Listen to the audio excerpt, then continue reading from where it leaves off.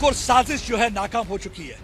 पाकिस्तान से आए 3 जैश ए मोहम्मद के आतंकवादी दिवाली से पहले एक बहुत बड़ी घटना करना चाहते थे। उनकी पूरी कोशिश थी एक बार फिर से गुलमर्ग जैसा अटैक कर पाएं और एम्बुश करने के बाद वो चाहते थे कि ज्यादा से ज्यादा कैजुअल्टी करना, लेकिन अपने मंसूबे में वो बिल्कुल भी कामयाब नहीं हो पाए। अब आप देख सकते हैं कि किस किस्म का हथियार लेकर ये आतंकवादी आए हुए थे। इनके पास M4 सीरीज राइफल है। ये वो M4 सीरीज राइफल है जो नेटो फोर्सेस और अमेरिकन फोर्सेस 2021 में जब तालिबान ने अफगानिस्तान पे कब्जा कर लिया था, उसके बाद जो वो हथियार वहां छोड़ के आगे थे, ये हथियार अब पाकिस्तान की spy agency inter service intelligence इस समय इन आतंकवादियों को प्रोवाइड कर रही है। इसके अलावा AK सीरीज राइफल, पीकार राइफल, मैगजीन, पिस्टल, ग्रेनेड और देखिए किस किस्म के हथियार। और आप उसके अलावा ये अपने साथ देखिए ये बाइनोकुलर भी लेकर आए थे ताकि पूरी तरह से नजर रख सकें। लेकिन इंपॉर्टेंट बात जो मैं आपको बताने जा रहा हूं, ये देख सकते हैं ये नॉर्मल बुलेट्स नहीं है, इसे steel coated armour piercing bullet कहते हैं, यानी कि ये आपके बुलेट प्रूफ जैकेट को भी चीर कर जा सकती है। इनका इरादा था जितनी ज्यादा कैजुअलिटी करना चाहते हैं वो उनका इरादा था। आप देख सकते हैं इनके पास ये जूते हैं और सर्दियों के लिए देखिए कपड़े, यानी कि इनका इरादा था ये कैजुअलिटी करने के बाद किसी जगह पे जाके छुप जाना और सर्दियों में यहां रहकर ज्यादा से ज्यादा यहां दहशत फैलाना और यहां पे लोगों को मारना, इनकी यही मंशा थी। लेकिन मेरे ख्याल से ये हथियार आप देखिए, ये चॉकलेट नहीं है, ये कोई दिवाली पे कोई गिफ्ट रैपर नहीं है जो ये आतंकवादी लेकर आए हैं। जो भी सियासतदान कहता है कि पाकिस्तान से बातचीत होनी चाहिए, उन्हें एक बार इन हथियारों को देख लेना चाहिए, क्योंकि ये हथियार जो हैं ये कोई दिवाली का गिफ्ट रैपर लेकर नहीं आए थे, बल्कि ये मारने के लिए आए थे। और किनको मारने के लिए आए थे? कश्मीरियों को मारने के लिए आए थे, यहाँ पर हमारे बहादुर जवानों को टारगेट करने के लिए आए थे। जो भी कोई सोचता है कि ये हमारे खैर को है, हमारे वेलविशर है, बिल्कुल गलत। अगर आपका कोई वेलविशर है तो ये वर्दी वाला जवान है जो हमेशा सरहद पर खड़ा रहता है। अगर आपका कोई वेलविशर है, ये वर्दी वाला शख्स है जो हमेशा चट्टान की तरह सरहद पर टिका रहता है कि अपने सीने पर गोली खाने के लिए, क्योंकि एक अनरिटन कमिटमेंट है उसकी देशवासियों के साथ और देश के साथ कि चाहे मुझे अपनी जान भी देनी पड़े और मैं अपनी जान भी दे दूंगा। अब मैं आपको दिखाता हूं, ये देखिए जूते थे इनके पास, सर्दियों के लिए हथियार था और मेडिकल किट पूरा। देखिए एक हिसाब से अगर गलत ना होगा कहना कि ये आतंकवादी एक मेडिकल कोर की टीम के तरह ऑपरेट कर रहे थे। ये देखिए पूरे किस्म के हथियार हैं इनके पास, उसके अलावा ये बैंडेजेस हैं, ये मेडिसिन है, ये इंसेंडियरी वेपन देखिए ये जो होता है आग लगाने के लिए काम आता है, उसके अलावा ड्राई फ्रूट है और ये इनके पास से 3 बैग बरामद हुए।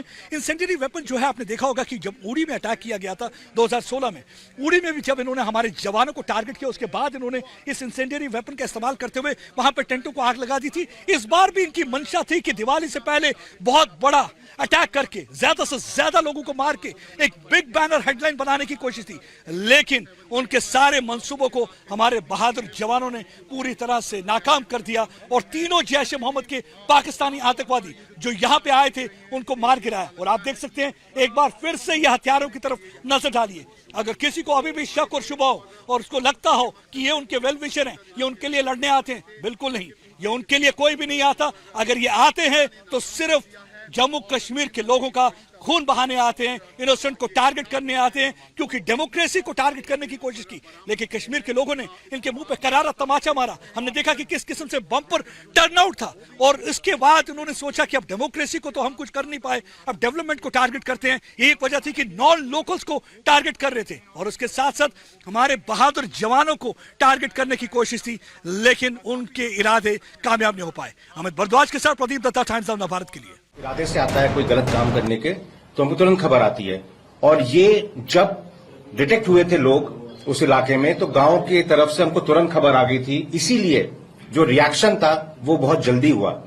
इस दौरान उन्होंने कोशिश करी, वो जिस पर्पस के लिए आए थे वो पर्पस नहीं हो पाया उनका, लेकिन कोशिश करी कि वो हमारे कॉन्वॉय पे कुछ फायर करेंगे, लेकिन हमारे ड्राइवर्स और क्यूआरटी की सूझबूझ से कोई नुकसान नहीं हुआ और तुरंत क्यूआरटी ने तैनात होकर इनको अपने उसी इलाके में पिन डाउन कर दिया और वहां से हिल नहीं पाए। ये टेररिस्ट जिस तरह से आर्म थे उससे हमको यकीन है कि ये आए थे कोई बड़ा काम करने, और पिछले कुछ दिनों से ये लगातार खबर आ रही थी और इन्होंने कई जगह ट्वीट भी किया था टेररिस्ट ऑर्गेनाइजेशंस ने कि वो कुछ बड़ा करके दिखाएंगे। इसलिए हमारे लोग तैयार थे, सारी एजेंसीज कोऑर्डिनेशन में काम करी थी, इंटेलिजेंसीज, इलेक्ट्रॉनिक इंटेलिजेंस सब काम कर रहे थे और हमको खबर लगातार आ रही थी।